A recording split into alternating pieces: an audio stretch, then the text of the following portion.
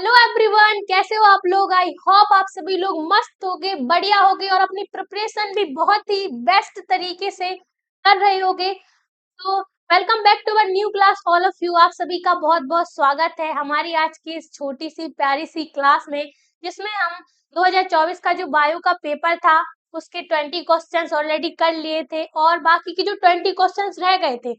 आज की क्लास में हम 10 क्वेश्चंस नहीं करेंगे, हम पूरे टोटल जो 20 क्वेश्चन बचे हुए हैं 2024 के पेपर के बायो के, तो आज हम उनको कंप्लीट कर लेंगे टोटली। तो चलिए क्लास को स्टार्ट करते हैं। वीडियो को लास्ट तक जरूर देखना, ये काफी यूजफुल क्वेश्चंस हैं आपको एग्जाम में प्रिपेयर करने के लिए। तो आप इनको एक बार अच्छे से पढ़ लेना, प्रिपेयर कर लेना। डेफिनेटली इससे रिलेटेड कोई भी क्वेश्चन अगर एग्जाम में आएगा तो आपसे बिल्कुल इजी तरीके से बन जाएगा, आपको बिल्कुल टफ नहीं लगेगा, बिल्कुल सोचना भी नहीं पड़ेगा। तो चलिए क्लास को स्टार्ट करते हैं। तो 61 से 80 तक के क्वेश्चंस ऑलरेडी हो गए थे, अब हमें 81 से और आज की क्लास में हम 100 तक पूरे क्वेश्चंस कर लेंगे। तो अब 81 क्वेश्चन को देखते हैं क्या दिया गया है। लिखा है निम्नलिखित में से कंकाल का कार्य क्या नहीं होता। कंकाल देखो सबको पता होगा, है ना, जो आज की क्लास में हम कंप्लीट कर लेंगे, यानी कि 81 से और 100 तक के क्वेश्चंस को हम आज करने वाले हैं। तो चलिए क्वेश्चन को देखते हैं।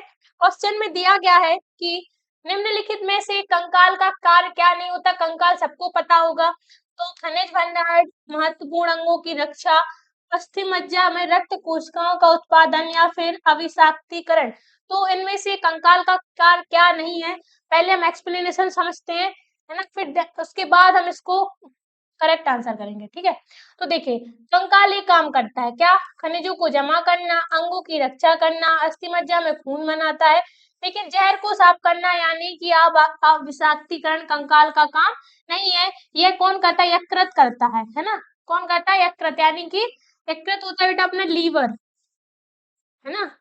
लीवर को हम क्या बोलते हैं, यकृत बोलते हैं, हिंदी में लीवर भी बोलते हैं। तो उसका काम क्या नहीं है, अविषाक्तीकरण। इसके रिगार्डिंग जो इस क्वेश्चन का करेक्ट आंसर होगा वो होगा अपना डी ऑप्शन, यानी कि अविषाक्तीकरण, क्योंकि ये तीनों काम कंकाल करता है। ठीक है, ये तीनों ही काम करता है, बट अविषाक्तीकरण उसका काम नहीं है, इसलिए D option is the correct answer. ठीक है, चलिए अगला क्वेश्चन करते हैं।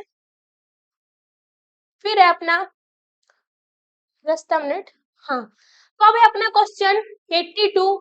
बिलीरुबिन तथा बिलीवर्डिन वर्णक किसमें पाए जाते हैं। तो रक्त में, ब्लड में, पित्तरस में, अग्नाशयी में, लार में। तो पित्तरस, यकृत में पाया जाता है। तो ये चारों ऑप्शन है आपके सामने, इनमें से हमें चूज करना है कि क्या ऑप्शन इसका करेक्ट आंसर हो जाएगा। फर्स्टली हम एक्सप्लेनेशन समझेंगे। देखिए, तो बिलीरुबिन और बिलीवर्डिन दो तरह के पीले रंग के वर्णक यानी कि पिगमेंट होते हैं और ये पित्तरस वायल में पाए जाते हैं। यकृत बनाता है, वो कौन बनाता है, लीवर, यानी यकृत बनाता है। इनका काम है पुरानी लाल रक्त कोशिकाओं को तोड़ने के बाद जो जो आरबीसी होता है बेटा, है ना, लाल रक्त कोशिका, रेड ब्लड सेल्स, तो उनको तोड़ने के बाद जो अपशिष्ट बनता है ना, जो अपशिष्ट बनता है उसे बाहर निकालते हैं, यानी उसका क्या करता है, उत्सर्जन, है ना। अपशिष्ट पदार्थों को बाहर निकालना उत्सर्जन कहा जाता है, उत्सर्जन कहते हैं उसको। ठीक है, तो इसका फिर करेक्ट आंसर क्या होगा, देखिए, तो इसका हो जाएगा अपना बी ऑप्शन, है ना। बी ऑप्शन इसका क्या हो जाएगा, एकदम करेक्ट आंसर। और बी रस लिखा हुआ है पित्त रस में, इसलिए B option is the correct answer of this question. चलिए अगला क्वेश्चन करते हैं। फिर अपना 83, वेक्टर के 5 जगत वर्गीकरण में कितनी जगत के यूकैरियोटिक जीवों को रखा गया है। तो 5 में से केवल 2 जगत में, 5 जगत में से केवल 3 जगत में, 5 जगत में से 4 में और सभी पांचों जगत में। तो इसका करेक्ट आंसर क्या होगा वो हम देख लेते हैं। चलिए देखिए, विक्टिकर ने बेटा कितनी जगत बनाए, उन्होंने 5 जगत बनाए जीवों को रखने के लिए। ठीक है, तो फिर Monera prokaryotic, protista eukaryotic, fungi eukaryotic, Plantae eukaryotic and animalia eukaryotic. सिर्फ मोनेरा प्रोकैरियोटिक है, बाकी 4 यूकैरियोटिक है। इस रिगार्डिंग इसका सी ऑप्शन क्या हो जाएगा, एकदम करेक्ट आंसर। 5 में से 4, ठीक है, 5 जगत में से 4 में, है ना, उनको यूकैरियोटिक जीवों को रखा गया है, बट एक में जो 5वां है उसमें प्रोकैरियोटिक को रखा गया है, इसलिए इसका करेक्ट आंसर होगा सी ऑप्शन, यानी कि 5 जगत में से 4 में। ठीक है, तो इसका बेटा करेक्ट आंसर अपना सी ऑप्शन हो जाएगा। चलिए फिर अगला क्वेश्चन करते हैं। हाँ, तो ये आपने सामने अगला क्वेश्चन, चलिए देखते हैं। तो द्विनिषेचन क्रिया का अर्थ है, तो एक नर युग्मक का केंद्रक अंड केंद्रक के साथ संलयन करता है तथा दूसरे नर युग्मक का केंद्रक तृतीयक केंद्रक से संलयन करता है। देखो ऑप्शन बहुत ही ध्यान से देखना, क्वेश्चन भी बहुत ध्यान से देखना, वो इतना टफ नहीं रहता है, बट हम उसको ध्यान से नहीं समझते हैं, थोड़ा लैंग्वेज चेंजेस रहती है, क्योंकि इसमें थोड़ा हार्ड वर्ड में लिखा रहता है, थोड़ी टफ रहते हैं वर्ड्स इसके, तो उसका अगर मीन्स निकालेंगे, उसको ध्यान से पढ़ेंगे तो बहुत ही इजी हो जाता है। तो देखिए फिर बी ऑप्शन में अपना क्या दिया गया है, नर युग्मक और द्वितीयक केंद्रक में संलयन। फिर है सी ऑप्शन, दो पोलर केंद्रकों का एक दूसरे से संलयन। फिर डी ऑप्शन में है नर युग्मक के केंद्रक का अंड के केंद्रक के साथ। इसका करेक्ट आंसर क्या होगा, फर्स्टली हम एक्सप्लेनेशन समझते हैं, फिर इसका ऑब्जेक्ट ऑप्शन करेक्ट करेंगे। देखिए फर्स्टली देखो बेटा, द्विनिषेचन होता क्या है, 2 बार निषेचन यानी कि फर्टिलाइजेशन, है ना। निषेचन को द्विनिषेचन को हम क्या बोलते हैं, फर्टिलाइजेशन बोलते हैं। फूलों में जब परागण से 2 नर युग्मक आते हैं, पहला अंड से मिलकर जाइगोट बनाता है, फिर दूसरा द्वितीय क्या करता है, केंद्रक से मिलकर एंडोस्पर्म बनाता है। यही 2 निषेचन मिलकर कहलाते हैं द्विनिषेचन। और इस किस में होता है, ये होता है बेटा पेड़ पौधों में। ठीक है, किस में होता है ये, परागकण में। ठीक है, परागकण में द्विनिषेचन होता है, इसलिए इसका ए ऑप्शन 100% करेक्ट आंसर हो जाएगा। ठीक है, ए ऑप्शन, यानी कि एक नर युग्मक का केंद्रक के साथ संलयन करता है तथा दूसरा नर युग्मक का केंद्रक द्वितीयक केंद्रक से संलयन करता है। इसके regarding A option is the correct answer. ठीक है, तो इसी तरीके से आप अपनी प्रिपरेशन को अगर बेस्ट करना चाहते हैं हमारे साथ, हमारी टीम के साथ, तो लक्ष्य बैच जरूर ज्वाइन कीजिएगा। चलिए अगला क्वेश्चन करते हैं। तो अब है अपना क्वेश्चन 85। ठीक है, 85 क्वेश्चन हम देख लेते हैं।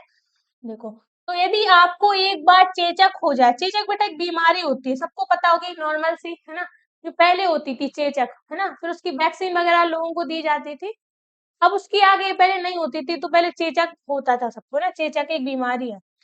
तो हो जाए तो आपको चेचक रोग पुनः होने की संभावना कम हो जाती है, क्योंकि, है ना, जिसको ऑलरेडी एक बार चेचक रोग हो चुका है, तो क्या उसको दोबारा संभावना कम हो जाती है ना, कम हो जाती है, बट उसका रीजन हमें नहीं पता। तो क्वेश्चन में हमें इसका रीजन ही पूछा गया है। पहले हम ऑब्जेक्ट देख लेते हैं, ऑप्शंस देख लेते हैं, फिर हम डिसाइड करेंगे क्या इसका ऑप्शन है। ठीक है, तो जब चेचक के रोगाणु, ध्यान से देखना, जब चेचक के रोगाणु प्रतिरक्षा तंत्र पर पहली बार आक्रमण करते हैं, तो प्रतिरक्षा तंत्र रोगाणुओं से इनकी प्रतिक्रिया करता है और स्मरण कोशिकाएं बन जाती हैं। ठीक है, फिर बी ऑप्शन है अपना, चेचक एक महामारी थी, एक बार फैलने के बाद दूसरी बार नहीं फैलती, ये भी हो सकता है, दोनों ही हो सकते हैं। पर सी ऑप्शन देखिए, चेचक के बहुत सारे एंटीजन शरीर में उपस्थित रहते हैं। और फिर डी ऑप्शन है अपना लास्ट, चेचक के बहुत सारे एंटीबॉडी शरीर में उपस्थित रहते हैं। तो ये चारों ही ऑप्शन दिए गए हैं, ये चारों ही राइट लग रहे हैं, बट ऐसा नहीं है कोई इनमें से एक ही आंसर राइट होगा। तो देखिए, जब किसी को पहली बार चेचक होता है, तो शरीर उसके कीटाणु को क्या करता है बेटा, पहचान लेता है, आइडेंटिफाई कर लेता है ना, और स्मृति याद कोशिकाएं बना लेती है, जो सेल्स होते हैं बॉडी में, कोशिकाएं होती है, वो उनको याद कर लेती हैं। ठीक है, तो अगली बार वही कीटाणु आया तो शरीर जल्दी से उसे क्या करता है, मार देता है ना, क्या करता है, मार देता है, बॉडी में जैसे वो आएगा तो उसको मार दिया जाएगा, है ना, इसलिए चेचक फिर से नहीं होता। तो बिल्कुल क्लियर बात है, जिसको एक बार चेचक हो जाएगा उसको दूसरी बार, सेकंड टाइम कभी भी चेचक रोग नहीं होगा। तो इसका मेन रीजन यही है अपना ए ऑप्शन। ठीक है, यानी कि जब चेचक के रोगाणु प्रतिरक्षा तंत्र पर पहली बार आक्रमण करते हैं, तो प्रतिरक्षा तंत्र रोगाणु से इसकी प्रतिक्रिया करता है और स्मरण कोशिकाएं बन जाती है, जिससे वो जल्दी उसको मार देता है। इसके regarding A option is the correct answer, याद रखना। चलिए फिर अगला क्वेश्चन करते हैं। अब है हमारे सामने 86 क्वेश्चन दिया गया है, ओस्मोसिरा किसमें सहायक है, ओस्मोसिरा तो कोशिकाओं से जल के वितरण में, रक्षक कोशिका की आसानुता में, फिर है तुषार ने प्रतिरोधकता में, तुषार से प्रतिरोधकता में, या फिर उपरोक्त सभी। तो ये 4 ऑप्शंस है और हमें बताना है कि ओस्मोसिरा किसमें सहायक है। देखिए ध्यान से, तो ओस्मोसिरा का मतलब क्या होता है, पहले तो हम मतलब समझ लें। न्यू वर्ड है, हमें कंफ्यूजन भी है, जब हमें पता ही नहीं होगा कि वो होता क्या है, फिर हम क्या बताएंगे कि वो किसमें सहायक है। तो फर्स्टली हमें समझना है कि वो है क्या। देखिए यहाँ पे, तो पानी का एक जगह से दूसरी जगह जाना, जहाँ पानी कम है वहां से जहाँ ज्यादा घुलनशील पदार्थ है, ओस्मोसिरा से जुड़ी प्रक्रिया जो कई कामों में मदद करती है। कोशिकाओं से जल का वितरण, पानी इधर उधर जाता है, रक्षक कोशिकाओं की आसानुता, मुंह खुलने बंद होने में मदद।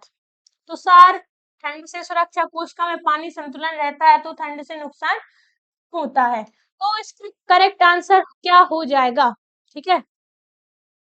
देखिए, तो इसका जो करेक्ट आंसर होगा वो होगा अपना डी ऑप्शन, यानी कि जो ओस्मोसिरा है वो किस में सहायक है, वो कोशिकाओं से जल के वितरण में भी सहायक है, रक्षक कोशिका की आसानुता में भी सहायक है, तुषार से प्रतिरोधकता में भी सहायक है, यानी कि जो उपरोक्त सभी है डी ऑप्शन, वो ही इसका 100% करेक्ट आंसर है। चलिए तो अगला क्वेश्चन करते हैं, आगे बढ़ते हैं। हाँ, तो अब हमारा 87 क्वेश्चन में लिखा हुआ है, चावल के पानी में कुछ बूंदे आयोडीन विलयन की डाली जाए तो विलयन का रंग नीला काला हो जाता है, इससे प्रदर्शित होता है कि चावल के पानी में उपस्थित है। तो बेटा वो कैसे नीला काला हो जाता है, तो क्या उपस्थित रहता है उसमें, हमें इसमें पूछा गया है, ठीक है। बिल्कुल सिंपल तरीके से इसको हम समझेंगे, एक्सप्लेन करूंगी, तो ध्यान देना। तो जटिल प्रोटीन, साधारण प्रोटीन, वसा यानी कि फैट, या फिर स्टार्च यानी कि मांड, है ना। चावल से क्या निकलता है, मांड निकलता है, उसे ही कहते हैं हम इसमें स्टार्च, है ना। ठीक है, तो चलिए समझ लेते हैं इसको।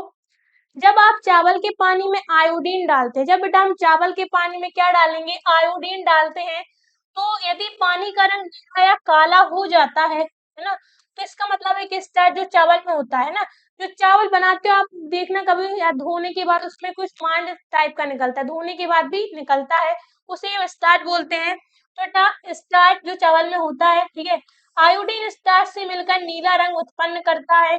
स्टार्च कार्बोहाइड्रेट है ना, क्या है, कार्बोहाइड्रेट जो चावल में पाया जाता है। इसके रिगार्डिंग डी ऑप्शन क्या हो जाएगा, 100% करेक्ट आंसर, स्टार्च यानी कि मांड जो चावल में निकलता है, धोने के बाद देखना, बनाने के बाद देखना, तो वही निकलता है इसमें, ठीक है। तो डी ऑप्शन, बेटा चावल बस में नहीं निकलता है, आलू में भी होता है ना, आलू को कभी धो के देखना, तो उसमें भी ये निकलेगा, उसी को बोलते हैं हम स्टार्च, ठीक है, बायो में, साइंस में भी बोलते हैं। फिर देखिए अब है अपने सामने 88 क्वेश्चन, है ना। अब हमें 88 क्वेश्चन को करना है, तो बिल्कुल ही फोकस के साथ हम करेंगे, क्योंकि काफी लेंदी क्वेश्चन है, तो काफी हमें दिमाग अपना यूज करना होगा, अच्छे से पढ़ना होगा, अच्छे से कॉन्सेप्ट क्लियर करने होंगे, तो ध्यान दीजिए। तो मांसपेशियों में ऑक्सीजन, ठीक है, मांसपेशियों में ऑक्सीजन की कमी प्रायः क्रिकेट खिलाड़ियों के पैरों में जकड़न का कारण बनती है, निम्नलिखित के परिणाम स्वरूप होता है ना। बेटा जब किसमें, मांसपेशियों में ना ऑक्सीजन की कमी तो होती है, तो जो खिलाड़ी होते हैं क्रिकेट खिलाड़ी, उनके पैरों में जकड़न का क्या कारण है, तो पायरुवेट का एथेनॉल में परिवर्तन, पायरुवेट का ग्लूकोज में परिवर्तन, ग्लूकोज का पायरुवेट में परिवर्तन, या फिर पायरुवेट का लैक्टिक अम्ल में परिवर्तन। क्या इसका मेनली रीजन है, जो हमारे क्रिकेटर होते हैं उनके पैरों में जकड़न होती है अगर मांसपेशियों में ऑक्सीजन की कमी होगी तो। चलिए पहले हम इसका रीजन जान लेते हैं, फिर हमें ऑटोमेटिकली पता चल जाएगा कि इसका करेक्ट आंसर क्या हो जाएगा। तो देखिए दिया गया है, जब मांसपेशियों को ऑक्सीजन की कमी होती है, जैसे खेलते समय, जब क्रिकेट खेलते हैं तो उनकी जो मांसपेशियां होती है उसमें ऑक्सीजन की कमी होती है, तो शरीर ग्लूकोज से ऊर्जा प्राप्त करने के लिए लैक्टिक एसिड, है ना, लैक्टिक एसिड बनाता है। ये लैक्टिक एसिड मांसपेशियों में जकड़न और दर्द का कारण बनता है। जब उनकी मांसपेशियों में ऑक्सीजन की कमी होगी तो शरीर ग्लूकोज से ऊर्जा प्राप्त करने के लिए क्या करेगा, लैक्टिक एसिड बनाएगा, एक अम्ल बनाएगा, लैक्टिक अम्ल, ठीक है, जिससे उसी के कारण उनके पैरों में जकड़न होती है, ऑक्सीजन, जब ऑक्सीजन की कमी होती है मांसपेशियों में, तो इसका मेनली रीजन यही रहेगा। इसके रिगार्डिंग डी ऑप्शन इसका 100% करेक्ट आंसर हो जाएगा, यानी कि पायरुवेट का लैक्टिक अम्ल में परिवर्तन। ठीक है, पायरुवेट का लैक्टिक अम्ल में परिवर्तन। D option is the right answer of this question. चलिए अब अगला क्वेश्चन करते हैं। तो देखिए, अब दिया गया है हमें 89 क्वेश्चन, केंद्रीय तंत्र का तंत्र बनाता है ना, केंद्रीय तंत्र का तंत्र। तो मस्तिष्क व मेरुरज्जु, मेरुरज्जु बेटा अपनी रीढ़ की हड्डी कहलाती है ना, मेरुरज्जु क्या कहलाती है, रीढ़ की हड्डी,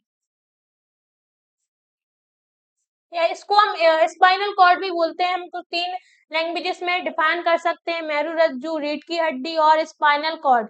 ठीक है, तो इसके तीनों, इसको हम तीन प्रकार से बोलते हैं। फिर है मस्तिष्क व हार्मोन्स, फिर है मेरुरज्जु और अंश मेखला, फिर है अपनी क्या, फिर अपनी मस्तिष्क और श्रोणि मेखला। ये चार ऑप्शंस हैं, तो इनमें से हमें बताना है कि केंद्रीय तंत्र का तंत्र क्या बनाता है।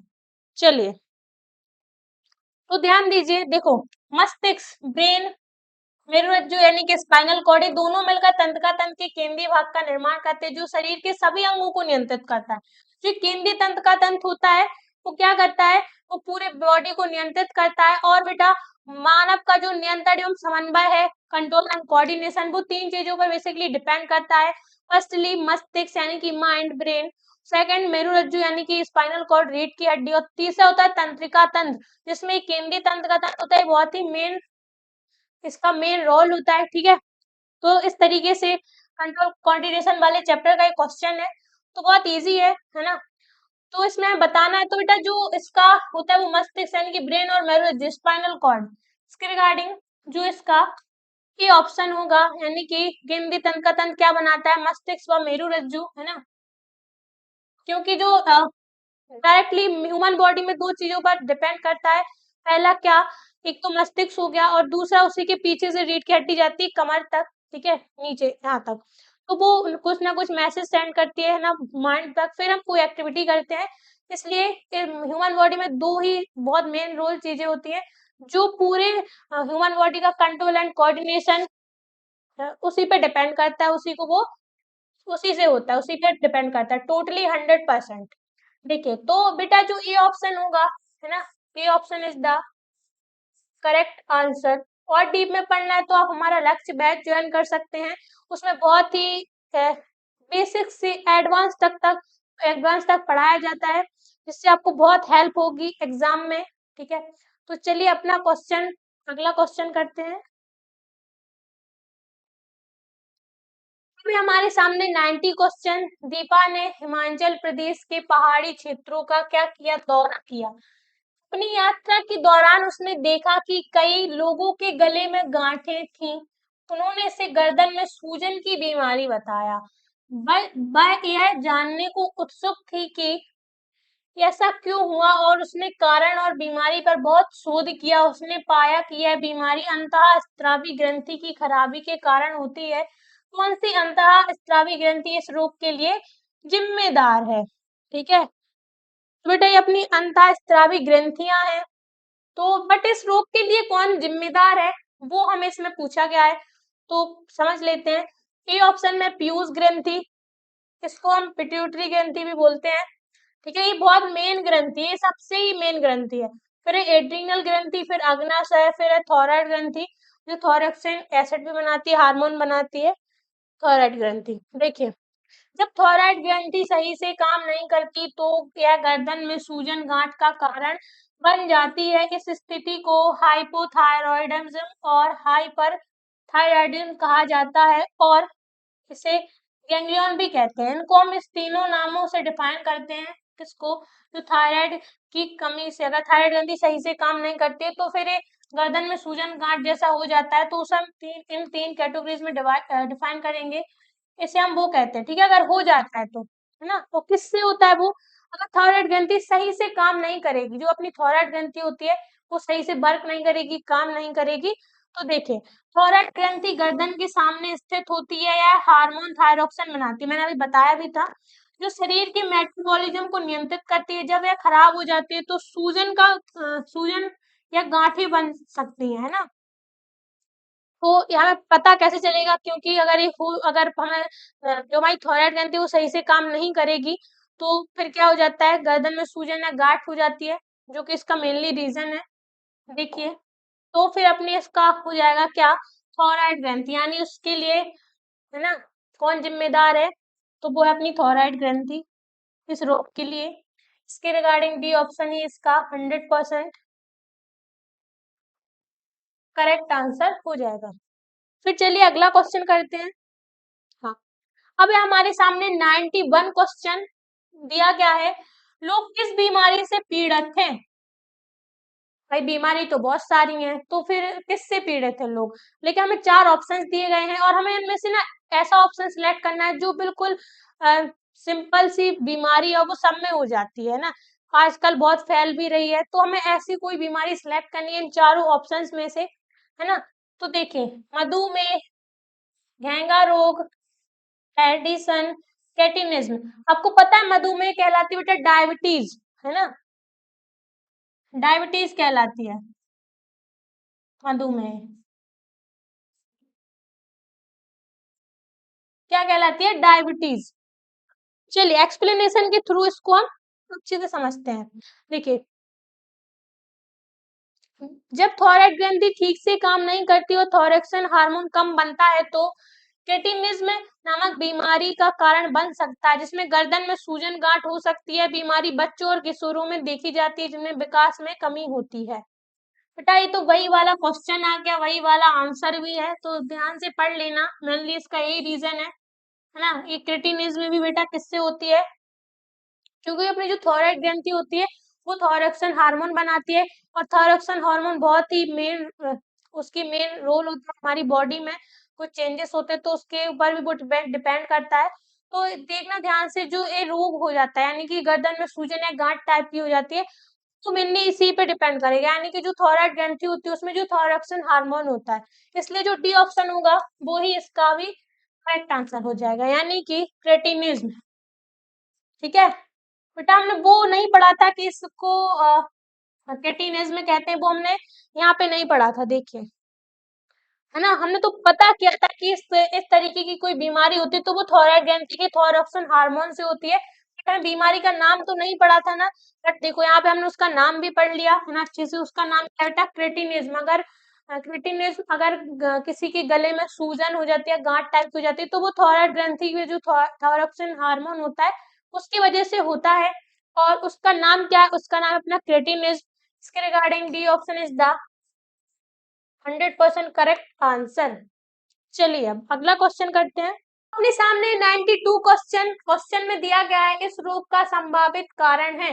ये 4 हमें दिए गए हैं, तो भोजन में अत्यधिक शर्करा का ग्रहण करना, कौन से रोग में बेटा, क्रेटिनिज्म, जो कि गले में सूजन और गांठ टाइप की हो जाती है, जो थायराइड ग्रंथि यानी कि थायरोक्सिन हार्मोन की कमी से होता है। तो बेटा उसका मेनली रीजन क्या, वो वैसे तो किसी को हो नहीं जाएगी, उसका भी कुछ रीजन होगा, कोई ना कोई बीमारी होती है तो कोई ना कोई उसका रीजन भी होता है कि वो कैसे होती है और क्या उसके लिए हमें मेडिसिन लेनी चाहिए, क्या इलाज कराना चाहिए, उपचार लेना चाहिए, तो वो हमें सब कुछ समझना चाहिए। तो क्रेटिनिज्म का देख लेते हैं। तो इस रोग का संभावित कारण है भोजन में अत्यधिक शर्करा का ग्रहण करना, शुगर हो गई अपनी, है ना, ग्लूकोज, शक्कर भी बोल सकते हैं इसको, है ना, शक्कर। तो भोजन में ग्रहण करना, फिर है भोजन में आयोडीन यानी कि नमक की अत्यधिक मात्रा का ग्रहण करना, फिर है भोजन में शर्करा की मात्रा का कम होना यानी कि ग्लूकोज शक्कर की मात्रा का कम होना, यानी भोजन में आयोडीन की मात्रा का कम होना। ठीक है, तो ये 4 रीजंस हैं, यानी कि शर्करा का ज्यादा होना, कम होना, और आयोडीन का कम होना, ज्यादा होना, इतना समझ लीजिए। तो चलिए एक्सप्लेनेशन के थ्रू पहले हम समझ लेते हैं। तो क्रेटिनिज्म रोग कब होता है, जब थायराइड ग्रंथि सही से काम नहीं करती, तो हमने पहले भी पढ़ लिया है, हमें बेसिकली पता भी है, और इसका कारण आयोडीन की कमी होती है। आयोडीन शरीर के लिए जरूरी है, खासकर थायराइड हार्मोन बनाने के लिए। यदि शरीर को पर्याप्त आयोडीन नहीं मिलता है तो थायराइड हार्मोन सही से नहीं बन पाता, जिससे क्रेटिनिज्म जैसी समस्या हो जाती है। तो बेटा हमें आयोडीन भी सही मात्रा में लेना चाहिए, और इसका जो मेन रीजन है क्रेटिनिज्म का, ठीक है, क्रेटिनिज्म का जो मेन रीजन है वो है बेटा अपना क्या, वो है भोजन में आयोडीन की मात्रा का कम होना, ज्यादा होगी तो भी प्रॉब्लम है, कम होगी तो भी प्रॉब्लम है। कम होगी तो क्या हो जाएगा, क्रेटिनेज में हो जाएगा। ठीक है, D option is the correct answer. ठीक है, डी ऑप्शन इसका क्या हो जाएगा, 100% करेक्ट आंसर। चलिए अगला क्वेश्चन करते हैं। नेक्स्ट है कि मानव के उत्सर्जन तंत्र के संबंध में सत्य कथन है। मानव के उत्सर्जन तंत्र में तो देखिए, मानव के प्रत्येक वृक्क में नेफ्रॉन की संख्या 10 लाख होती है। फिर वृक्क शिरा में यूरिया की मात्रा अधिक होती है। फिर छनन की क्रिया बोमन संपुट में संपन्न होती है। या फिर यकृत शिरा में यूरिया की मात्रा अधिक होती है। तो कथन 1, 2, 3 व 4 सही है, या फिर कथन 1, 3 व 4 सही है, या फिर कथन 2, 3 व 4 सही है, या फिर डी यानी कि कथन 1, 2 या 3 सही है। तो ये 3-4 ऑप्शन दिए गए हैं। फिर हमें इनमें से बेटा कोई एक कथन इनमें से गलत है या नहीं है, या फिर ये चारों ही कथन सत्य है, हमको बताना है कि हमें क्वेश्चन में पूछा गया है। देखिए, फर्स्टली हम बात करेंगे कथन पहले पे। तो देखिए, मानव के प्रत्येक वृक्क में, देखिए तो मानव के प्रत्येक वृक्क में 10 लाख नेफ्रॉन होते हैं, सही है। प्रत्येक वक्र में लगभग 10 लाख नेफ्रॉन होते हैं, जो उत्सर्जन तंत्र का मुख्य हिस्सा होते हैं। फिर वृक्क शिरा में यूरिया की मात्रा अधिक होती है, सही है। लेकिन वृक्क शिरा में यूरिया की अधिक मात्रा, क्योंकि यूरिया को वृक्क द्वारा फिल्टर किया जाता है और बाद में यह रक्त में वापस चला जाता है, तो ये भी सही है। ये दोनों ही सही है। ठीक है, फिर देखिए, छनन की क्रिया बोमन संपुट में होती है, यह भी सही है। बोमन संपुट के वृक्क द्वारा छनन होता है, जिसमें रक्त से अपशिष्ट पदार्थ और पानी अलग किए जाते हैं, ये भी अपना सही हो जाएगा। फिर चौथे ऑप्शन में देखिए, स्तन शिरा में, यकृत शिरा में यूरिया की मात्रा अधिक होती है, यह गलत है। यकृत शिरा लीवर में यूरिया की मात्रा अधिक नहीं होती। यूरिया का निर्माण यकृत में होता है, लेकिन यह वृक्कों द्वारा उत्सर्जित नहीं किया जाता है। तो भाई देखो, ध्यान से देखना, ये तीनों तो सही हो ही जाएंगे, बट जो लास्ट वाला है 4 वाला, ये रॉन्ग हो जाएगा, यानी कि अपना करेक्ट नहीं है। इसके रिगार्डिंग फर्स्ट सही है, सेकंड सही है, थर्ड भी सही है। तो चलिए अपने क्वेश्चन पे आ जाते हैं। तो हमें कहाँ पे दिया गया है 1, 2 व 3 सही, तो ये हमें दिया गया अपने डी ऑप्शन में। कथन 1, 2 व 3 क्या है बेटा, सही है। ये सही है, ये सही है और ये सही है, बट ये बेटा क्या है, अपना रॉन्ग है। इसके लिए जो डी ऑप्शन होगा वो इसका डेफिनेटली करेक्ट आंसर हो जाएगा। चलिए फिर अगला क्वेश्चन करते हैं, आगे बढ़ते हैं। हमारे सामने है 94 क्वेश्चन, यानी कि एक न्यूरॉन में इलेक्ट्रिकल संकेत का रासायनिक संकेत में परिवर्तन निम्नलिखित में से घटित होता है। तो इलेक्ट्रिकल आ गया है, ये मत सोचना कि केमिस्ट्री अपनी बायो ही है, मैं बायो का ही पेपर करा रही हूँ। तो देखो ध्यान से, कोशिका काय, एक्सॉन, डेंड्राइट या फिर स्राव, तो क्या है इसका मेनली रीजन। चलिए देखिए, तो ये जब एक न्यूरॉन इलेक्ट्रिकल संकेत को रासायनिक संकेत में बदलता है, तो यह परिवर्तन न्यूरॉन की सिरा यानी कि एक्सॉन टर्मिनल में होता है। सिरे में न्यूट्रांसमीटर रासायनिक पदार्थ रिलीज होते हैं, जो एक न्यूरॉन से दूसरे न्यूरॉन तक संदेश भेजते हैं। इसके regarding D is the correct answer. ठीक है, डी ऑप्शन इसका क्या हो जाएगा, एकदम करेक्ट आंसर है ना। D option is the correct answer. Sorry, देखो डी ऑप्शन 100% करेक्ट आंसर है, हो जाएगा इस क्वेश्चन का। चलिए फिर अगला क्वेश्चन करते हैं और आगे बढ़ते हैं। अब है हमारे सामने बहुत ही इंटरेस्टिंग क्वेश्चन, बहुत ही मजेदार क्वेश्चन 95, यानी कि भूख का केंद्र मस्तिष्क के किस भाग में होता है। यानी कि जब हमें भूख लगती है तो हमारे माइंड तक मैसेज जो जाता है रीढ़ की हड्डी के द्वारा, स्पाइनल कॉर्ड के द्वारा, तो फिर वो किस में जाता है, क्योंकि माइंड भी कई भागों में डाइवर्ट है ना, डिवाइड है, उसको उसके भी कई भाग होते हैं, अग्र मस्तिष्क, पश्च मस्तिष्क, मध्य मस्तिष्क, फिर इनके भी कई पार्ट्स होते हैं। ठीक है, इतना छोटा माइंड है बट इसमें बहुत सारे पार्ट्स हैं।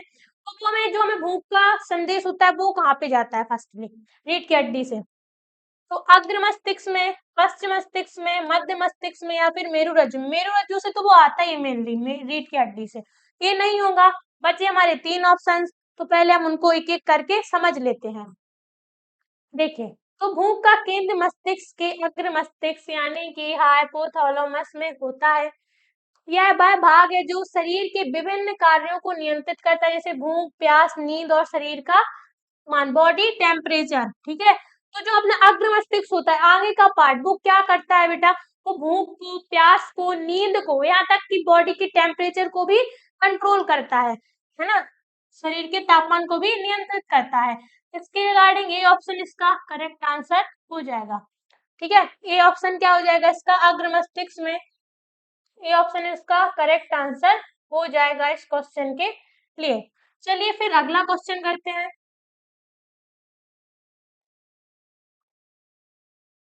हमें 96 मटर के एक पौधे, लंबे पौधे, टीटी और शुद्ध बौने पौधे, टीटी में संकरण कराया गया। F2 पीढ़ी में शुद्ध लंबे पौधे और बौने पौधे का अनुपात क्या होगा, तो 1:3 होगा, 3:1 होगा, 1:1 होगा, या फिर 2:1 होगा। तो इसका करेक्ट आंसर क्या हो जाएगा, वो हमें इसमें पूछा गया है, तो हमें इसमें अनुपात बताना है बेसिकली। ठीक है, तो देखिए क्या समस्या मेंडल के दोहरे गुणसूत्री वर्गीकरण यानी कि डिहाइड्रेट क्रॉस का उदाहरण है। जब टीडी लंबा पौधा और आई बौना पौधा का संकरण कराया जाता है, तो F1 पीढ़ी में सभी पौधे T small T capital D लंबे होते हैं, क्योंकि लंबा टी गुणसूत्र बौने टी गुणसूत्र से विभक्त करता है, यानी कि मेल करता है। जब F2 पीढ़ी में 3/4 पौधे लंबे होंगे, 1/4 पौधे बौने होंगे, इसलिए F2 पीढ़ी में लंबे और बौने पौधों का अनुपात 3:1 क्या होगा, 1 होगा। याद रख लेना इसको, है ना, थोड़ा सा लेंथी क्वेश्चन है, बट इसको डीप में अगर आपको पढ़ना है तो आप लक्ष्य बैच ज्वाइन कर सकते हैं। ठीक है, उसमें बहुत ही सिंपल तरीके से पढ़ाया जाता है, बहुत ही अच्छे से। तो इसका जो होगा वो होगा अपना क्या बेटा, वो होगा अपना 3:1, है ना। 3:1 हमें कहाँ दिया गया है, वो हमें दिया गया है बी ऑप्शन में। तो B option is the correct answer of this question. ठीक है, बी ऑप्शन इसका करेक्ट आंसर हो जाएगा। चलिए अगला क्वेश्चन करते हैं, आगे बढ़ते हैं। हाँ, अब है अपना 97 क्वेश्चन में है, निम्नलिखित में से कौन से समूहों में केवल जैव निम्नकरणीय पदार्थ है। देखिए, तो घास, पुष्प तथा कांच, घास, लकड़ी तथा प्लास्टिक, फलों के छिलके, केक व नींबू, या फिर केक, लकड़ी एवं एल्यूमिनियम। तो कौन से निम्नकरणीय पदार्थ हैं वो हमें इसमें बताना है। तो जैसा कि हम हर क्वेश्चन के एक्सप्लेनेशन से समझते हैं, तो इसको भी हम सेम उसी तरीके से समझ लेते हैं। तो जैव निम्नकरणीय पदार्थ वे पदार्थ होते हैं जो प्राकृतिक रूप से टूटकर मिट्टी में मिल जाते हैं। ठीक है, प्राकृतिक यानी नेचुरल तरीके से टूटकर मिट्टी में वो मिल जाएंगे, जैसे कि फलों के छिलके, केक और नींबू। ये पदार्थ जीवाणुओं और कवकों द्वारा आसानी से विघटित हो जाते हैं, है ना। क्या विघटित नहीं होता, पॉलीथिन विघटित नहीं होती, और सब इजिली हो जाता है। तो बाकी विकल्पों में जैसे प्लास्टिक, कांच और एल्यूमिनियम है, जैव निम्नकरणीय नहीं होते, है ना, क्योंकि इनका बेटा विघटन बहुत समय में होता है, बहुत टाइम लगता है, और क्या पता हो भी ना, है ना, अच्छी तरीके से उनका विघटन भी ना हो। तो ये पर्यावरण को बेटा नुकसान भी पहुंचाते हैं। C option is the correct answer. ठीक है, तो यानी कि केक, लकड़ी और एल्यूमिनियम। तो इस प्रकार से जो अपना सी ऑप्शन है, यानी कि फलों के छिलके, केक एवं नींबू, ये बेटा जल्दी से विघटित भी हो जाते हैं और क्या कहलाते हैं, जैव निम्नकरणीय पदार्थ भी कहलाते हैं। इससे एनवायरमेंट यानी कि पर्यावरण को भी कोई नुकसान नहीं होता। इसके regarding C option is the correct answer. ठीक है, सी ऑप्शन इसका 100% करेक्ट आंसर है। चलिए अब अगला क्वेश्चन करते हैं। अब है अपना एक वयस्क आदमी का सामान्य बीपी है, बीपी यानी कि ब्लड प्रेशर। ठीक है, तो वयस्क आदमी बेटा क्या कौन होते हैं, 80+। ठीक है, 80+ जो भी होंगे वो वयस्क होंगे यानी कि एडल्ट। तो उनका बीपी क्या, सामान्य यानी जनरल बीपी, नॉर्मल बीपी। ठीक है, तो देखिए 100/80, 120/80, 80/120, या फिर 80/100, क्या होगा, 80+ वयस्क आदमी का सामान्य बीपी, है ना, नॉर्मल बीपी उनका कितना होता है। चलिए, हाँ, तो एक वयस्क आदमी का सामान्य रक्तचाप, बेटा हम वायु में उसको रक्तचाप बोलते हैं और इंग्लिश में उसको क्या बोलते हैं, ब्लड प्रेशर बोलते हैं, बीपी बोलते हैं, तो कंफ्यूज मत होना। तो 120/80 mg/mm/hg होता है। 120 का मतलब है सिस्टोलिक, दिल की धड़कन के दौरान रक्त का दबाव। फिर 80 का होता है डायस्टोलिक, दिल के आराम करने के दौरान रक्त का दबाव। यह सामान्य बीपी माना जाता है, इससे ऊपर या नीचे होने पर यह उच्च या निम्न रक्तचाप हो जाता है, जिसको हम क्या कहते हैं बेटा, अगर इससे ज्यादा हो जाएगा, कम हो जाएगा, तो कम हो जाएगा तो हम ये बोलेंगे कि ब्लड प्रेशर लो हो गया, बीपी लो हो गया है। अगर ज्यादा हो जाएगा तो हम बोलेंगे कि ब्लड प्रेशर यानी कि बीपी हाई हो गया है। ये बेटा सामान्य होता है ना, नॉर्मल बीपी इतना ही होना चाहिए 80 प्लस एक वयस्क आदमी में, है ना, 80 प्लस लोगों में। तो इसका क्या हो जाएगा करेक्ट आंसर, इसका होगा अपना बी ऑप्शन, यानी कि 120/80।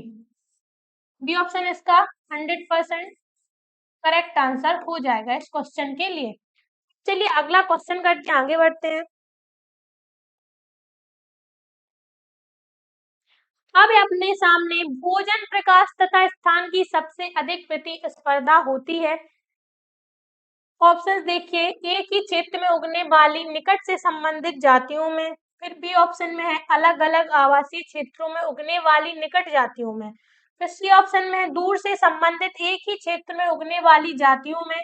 और डी ऑप्शन में अपना दूर से संबंधित अलग अलग क्षेत्रों में उगने वाली जातियों में। तो इसका क्या करेक्ट आंसर हो जाएगा वो हमें इसमें बताना है। ध्यान दीजिएगा, जब निकट से संबंधित जातियां जो जैविक रूप से एक दूसरे के करीब है, एक ही स्थान पर उगती हैं, तो उनके बीच भोजन, प्रकाश और स्थान के लिए अधिक प्रतिस्पर्धा होती है, क्योंकि इन जातियों के बीच जरूरतें बहुत समान होती हैं और संसाधनों को लेकर प्रतिस्पर्धा बढ़ जाती है। इसके रिगार्डिंग ए ऑप्शन इसका करेक्ट आंसर हो जाएगा, यानी कि एक ही क्षेत्र में उगने वाली निकट से संबंधित जातियों में, है ना। ए ऑप्शन इसका 100% करेक्ट आंसर हो जाएगा। चलिए अब अगला क्वेश्चन करते हैं। हमें अपने सामने 100 क्वेश्चन इसमें है, एक इकोसिस्टम है। इकोसिस्टम है क्या, ध्यान दीजिए। तो एक इकोसिस्टम में प्राथमिक उत्पादक अधिक होते हैं प्राथमिक उपभोक्ता से। फिर सेकंड कंडीशन में है प्राथमिक उपभोक्ता बड़े होते हैं प्राथमिक उत्पादक से। फिर सी ऑप्शन में द्वितीयक उपभोक्ता बड़े होते हैं प्राथमिक उत्पादक से। और फिर डी ऑप्शन में है प्राथमिक उपभोक्ता प्राथमिक उत्पादक पर बहुत कम निर्भर होते हैं। तो ये इकोसिस्टम में क्या रीजन होता है, ठीक है, क्या कंडीशंस अप्लाई होती हैं, वो हमें इसमें पूछा गया है। चलिए हम समझ लेते हैं। देखिए, तो प्राथमिक उत्पादक जैसे पौधे और शैवाल, प्राथमिक उत्पादक बेटा पौधे और शैवाल होते हैं, ऊर्जा को सूर्य से प्राप्त करते हैं और इसे जैविक ऊर्जा में परिवर्तित करते हैं। ये पहले स्तर के प्राथमिक उत्पादक होते हैं। इसके बाद प्राथमिक उपभोक्ता जैसे शाकाहारी जीव इन उत्पादकों को खाते हैं, यानी कि हम, है ना, हम मनुष्य या कोई शाकाहारी जीव होंगे तो वो इनको खाते हैं, है ना। किसी इकोसिस्टम में प्राथमिक उत्पादक संख्या में प्राथमिक उपभोक्ताओं से अधिक होते हैं, क्योंकि हर स्तर पर ऊर्जा का कुछ हिस्सा ही अलग स्तर तक पहुंचता है। इसका मेनली रीजन है, इसके रिगार्डिंग ये ऑप्शन इसका 100% करेक्ट आंसर होगा, यानी कि एक इकोसिस्टम में प्राथमिक उत्पादक अधिक होते हैं प्राथमिक उपभोक्ता से। बेटा इसमें क्या होंगे ज्यादा, इसमें ज्यादा होंगे अपने उत्पादक, है ना, उपभोक्ता कम होंगे उत्पादक ज्यादा होंगे। इसके रिगार्डिंग इसका जो ए ऑप्शन है वो इसका 100% करेक्ट आंसर हो जाएगा। A option is the correct answer of this question. चलिए, तो इस तरीके से हमने 81 से लेके 100 तक के सारे क्वेश्चंस को कर लिया है। अब करती हूँ आज आपको ये क्वेश्चन समझ में भी आए होंगे, पसंद भी आए होंगे। तो मिलती है किसी तरीके की नई क्लास के साथ। और अगर आपको अपनी प्रिपरेशन को और बेस्ट करना है, हमारे साथ करना, हमारी टीम के साथ करना है, तो इस बैच को ज्वाइन करने के लिए लिंक इस वीडियो के नीचे डिस्क्रिप्शन बॉक्स में दी गई है। अभी जाकर ज्वाइन कीजिए और अपने सिलेक्शन को पक्का कीजिए। Thank you so much.